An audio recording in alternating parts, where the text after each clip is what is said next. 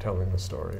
So anyway, that is the plan for today. Oh, well, hello there. Welcome to Monday afternoon advanced live stream. Good to have you all with us again. I'm Peter, and I'm joined this week by Rhonda. Hello, Rhonda. Hello. It's great to be here. Nice to see you all. Always good to have Rhonda with us.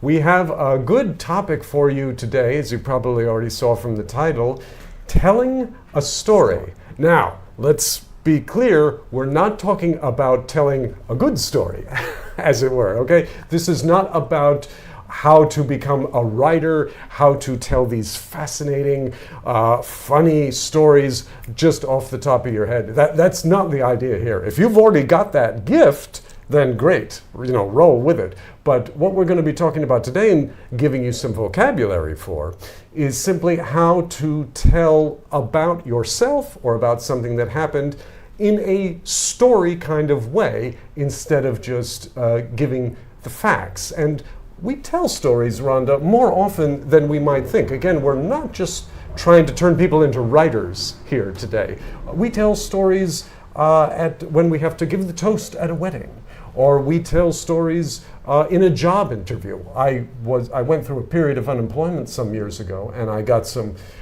job search counseling. And one of the key ideas they gave me was when you get into the job interview, don't just say, well, I did this, and I did this, and I did this.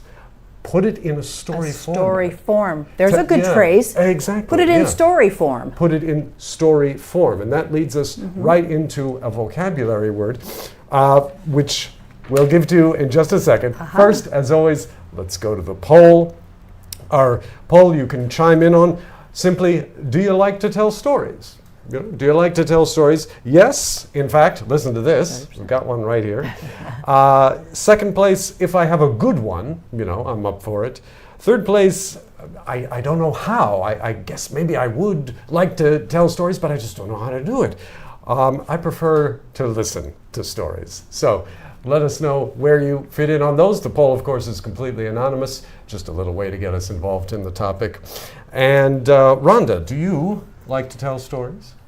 I do like to tell stories. I like to listen to stories. I think asking a person to talk about their life and to listen to their story is a great way to get to know them. Yes, absolutely. And the good thing about knowing how to tell a story is that it lets you talk about yourself without kind of just, bringing your insides out and dumping them on the table. Not everyone is comfortable with that. I'm not comfortable with that, really. Okay, but if you put it in a story format, then that's a way to tell about yourself without, kind of just like opening up your diary and telling your innermost secrets. You can tell about yourself using a story without, revealing more than you're comfortable talking about.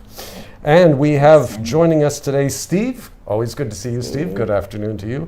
Kaysen, hi. Nice to have you back with us. Good afternoon. And Agatha, as always. Hello, Agatha. Good to have you with us. So I mentioned just a moment ago that we were already talking about one of our vocabulary words here today. So let's go right to that word. We're going to start with narrative. Narrative, narrative. Rhonda, what is narrative? Well, a narrative or narrating is telling a story, telling about events, putting them together in a story-like way. So you're telling a series of events, how they happened, you're putting together a narrative. A little different from that other word, anecdote, that's also on our list. Yes, and let's go right into that because the two relate to each other. Our next vocab word for you is anecdote. Anecdote, anecdote. So, Rhonda, what's the difference then between an anecdote and a narrative? Well, an anecdote, in fact, I've got a funny anecdote for you later. A short event that happened, it's a self-contained small thing. We often will say, a humorous anecdote. It's not a whole tale story. It's just a short event. Often we say it for something humorous. Right. And an anecdote is also different from a narrative. And by narrative, we're meaning story. An anecdote is, I got up this morning. It was pouring rain, so I ran to work and I got soaked on the way and I'm just, still feeling kind of wet. That's an anecdote. It's not really a story. Difference between an anecdote and a story. Anecdote is more like reporting. No. You know, you read in the newspaper, this happened, this happened, this happened. But a story is where you start in one place and you end in a different place. Maybe a better place, maybe a worse place, but you end in a different place than where you began. So like with the example of I got up this morning, it was raining, I got soaked on the way here to work, but then I found this nice little coffee shop. I sat down for like about an hour and I just relaxed and I really felt better and was ready to start the day. That, for our purposes here, is the difference between telling a story and just an anecdote. Make sense? Well, I would say that an anecdote, an anecdote would be, I looked out, it was raining, I forgot to put on my boots, and I slipped on a banana peel and fell. That's an anecdote, a short, humorous event. No? Right. That can be an anecdote, but we don't, because in helping y'all to become better storytellers, we don't want to give the impression that a story has to be long. Right. See, stories can be short. In fact, stories can be as short as that, as long as you start in one place and end in a different place emotionally, a different place physically. That's the idea, that there's some kind of change of some sort. But we always have good comments from you guys. Steve, I heard Michael Rosen's sad book. It was talking about his life and experience, and the book I read really taught me about cherishing life. Great. I don't know. Do you know Michael Rosen? I do not. It sounds like a thought-filled book. Yeah, thanks for the tip, Steve. We'll check it out. Michael Rosen's sad book.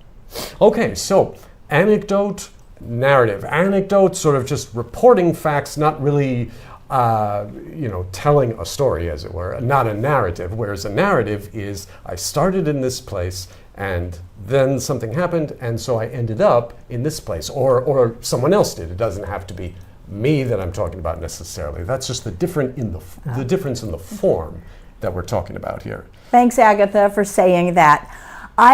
You said we're both good storytellers and you like the way we explain anecdote and story. Sometimes the way we use these words, I might say, oh, I was talking to this person and they just went into a long narrative about their life. Now I'm giving a negative reaction to that. Oh, or we might, I don't need a long narrative, but if you could just give me a summary.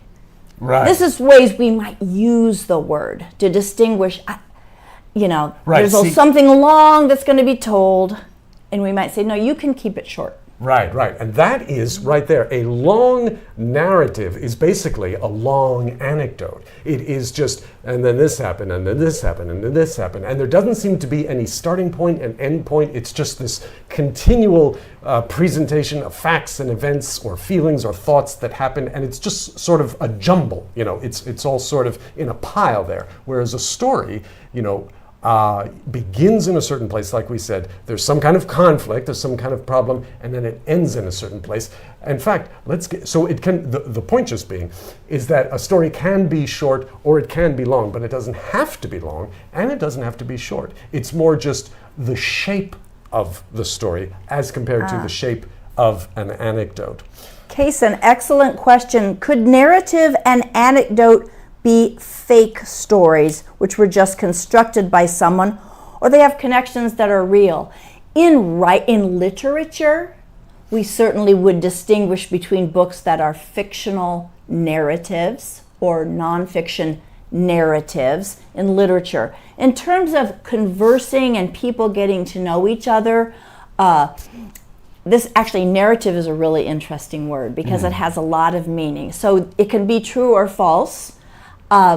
Also, we often say in English these days, I am tired of that news program's narrative about what happened. It's sort of the idea of the story they always tell.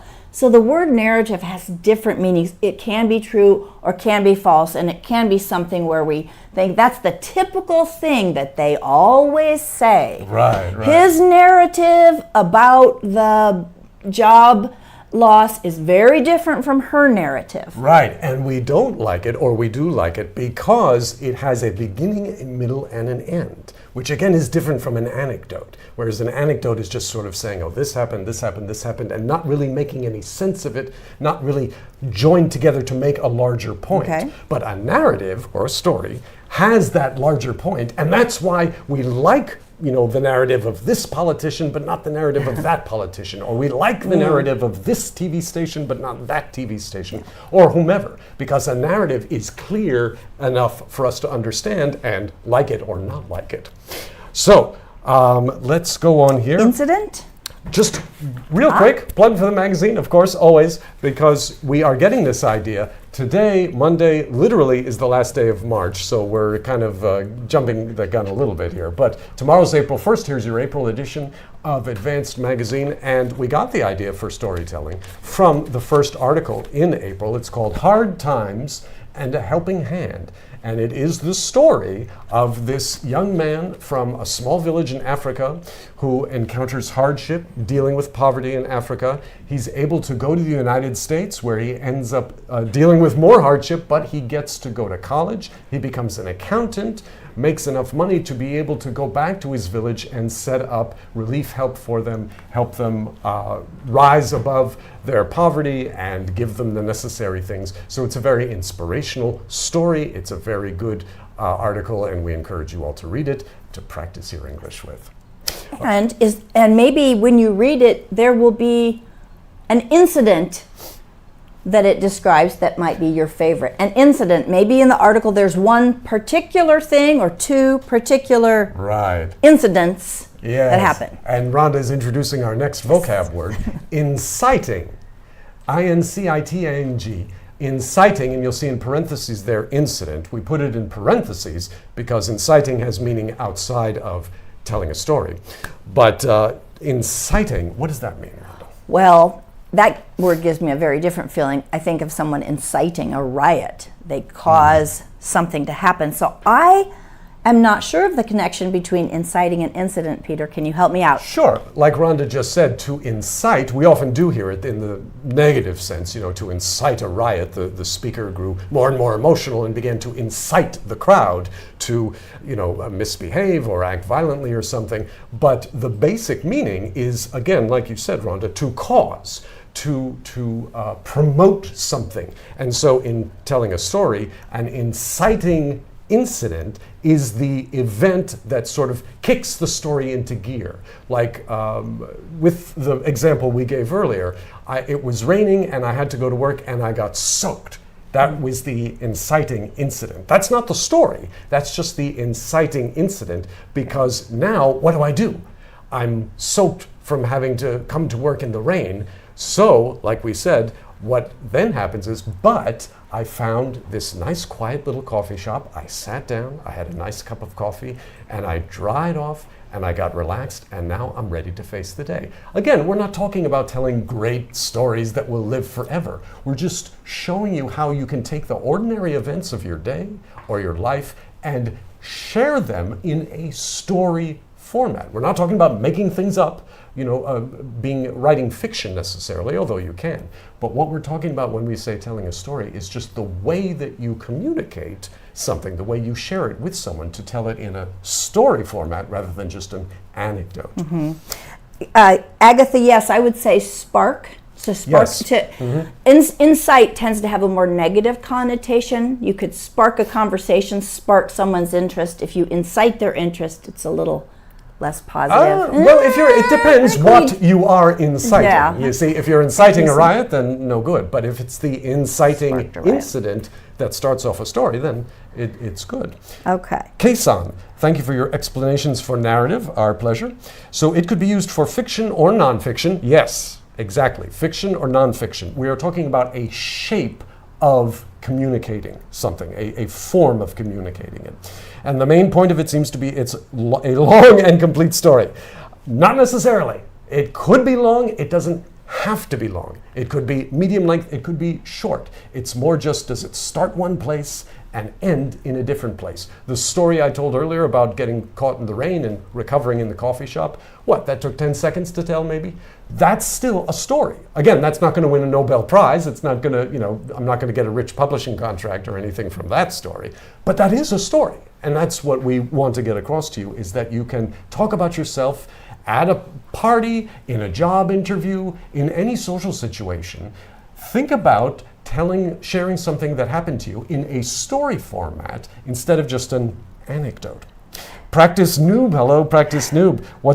We got a little, Incident and accident, they are not related. There's some Latin root there they probably share, but no, it's not the same as an accident. It's not the same. They are neighbors, though, I would say. Okay. An incident is basically something that happens. It's like an event. Yeah. An accident is a particular type of incident. Usually an incident in which somebody got hurt, or in which something happened that was not supposed to happen. Like a car accident.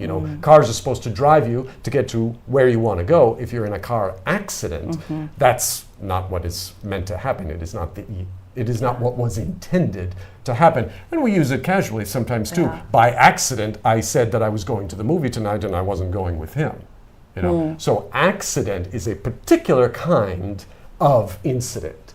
Okay. Would you agree with that? Yeah, an event versus incident, Agatha, wish we had more time, but an incident is often something that you're telling that had a consequence, and the consequence is really important. An event can just be a general happening. So if I say, I want to tell you about this incident, there's the consequence of it that I'm interested in telling. Yeah, good point. In a way, incident is a category of event. Yeah. Event, you have event, and then you have incident, and then you have accident, getting from the general to the specific. Here's a way to go to the next word. It depends on how high the stakes are. Yes, the stakes. Now, we're talking about high stakes here, Rhonda, so does that mean some meat that is hanging up above us there somewhere? No, that's a different spelling. No, S-T-A-K-E-S. The stakes are high, the consequences, the risks, the stakes are high. If you get a word wrong in our conversation, the stakes are low. Don't worry about it. There's not a test. It's not going to affect your job. But when the stakes are high, right, be careful. When the stakes are high, and see, that's the thing. A story can have high stakes or it can have low stakes. For me, though, it was high stakes when I was soaking wet from having had to come to work in the rain. So obviously that's not high stakes in the grand scheme of things, in terms of society itself, but it was high stakes to me, and so that also helps me to share the story, to tell it in a story format, because it was something in which the stakes were high for me, at least for that moment. Agatha, the three of them can be used in both negative and positive ways based on my experience. Yes. In fact, we even have an expression in English, a happy accident. We do. I met Rhonda on the street one day by happy accident. I didn't mean to, she didn't mean to. We just met by happy accident. More often you'll hear accident in a negative sense, but you're absolutely right. Technically, it can be used either positively or negatively. Okay, we are running dangerously low on time here, so let's throw you maybe just one or two more words here. As you are thinking about your story, and that's one thing that storytelling experts recommend, is that you do not try to improvise. I-M-P-R-O-V-I-S-E, that's another vocab word. Do not try to improvise. Rhonda, what does improvise mean? Well, it's pretty much what I do on live stream. I don't have a script, I don't have notes, so I improvise a lot. I hope you don't mind. You're getting the real Rhonda, unedited. And I just admitted to my editor that I came here and improvised today. Right, yeah. How am I doing? Oh, you're doing great. You have a gift for improvisation. That's why we have you on the live stream. But to improvise means to just make it up on the spot. And that's not, that's risky. That's risky. Sometimes you get inspired. Sometimes you get an impulse and, it works out all right, but you're taking a risk. So you don't have to do that in order to tell a story. That's not what you need to do to tell a story. You don't have to just make it up on the spot. What you want to do is think about it a little bit beforehand. Think about a particular incident in your life where the stakes were important, and think about how you can tell that in a basic story format, so that when you are in a social situation where it would be nice to share, then you're more ready for it. Yes, and the opposite would be you write it down, you memorize it, and then you tell the story verbatim. Verbatim, V-E-R-B-A-T-I-M, verbatim. our last vocab word for today, verbatim. And that's where, yeah, like she said, you write it down, you memorize it, and then you just recite it from memory. That's okay to prepare for, to practice with, but ultimately you're better off not memorizing it and reciting it verbatim, because you risk coming across mechanical, like you have just memorized something. Mm-hmm. See, the trick is you want to be able to tell the story as though you are just thinking of it on the spot, but in reality you've got little bullet points, mental bullet points, like this part and then this part and then this part, so you can shape it. Different circumstances, different audiences, you might want to emphasize one point rather than the other, but if you've memorized it verbatim, then you have less flexibility in how you tell it. Again, either whether it's 10 seconds long or 10 minutes long, same idea applies. Mm-hmm. Sometimes I can't quote you verbatim, but... Right, yeah, you'll hear verbatim in that way too. Steve, I was wondering, drawing my comic books, that turning into a storytelling topic, and I want to bring people joy to the world. Hey, Steve, you're all for that. We all Steve's got kind of a step up on some of us here because he does tell stories with his comic books. Hopefully we can inspire you all to tell stories in English a bit more, but that is all the time that we have for today, I'm afraid. We've really just scratched the surface here in terms of storytelling, so we might come back to this one. Sure, do you maybe want a little further on down the road. This is apple juice, by the way, but it's nice to have a little juice with it. I have to tell you about an anecdote at lunch. It's why I was late. Oh, good. I'm sorry. We'll have to just share that with you another time. But for today, be sure to join us next time when we'll have another topic for you. Thanks for joining us today. Hope you all have a good week. Stay dry and practice that English. Okay. Cheers. So,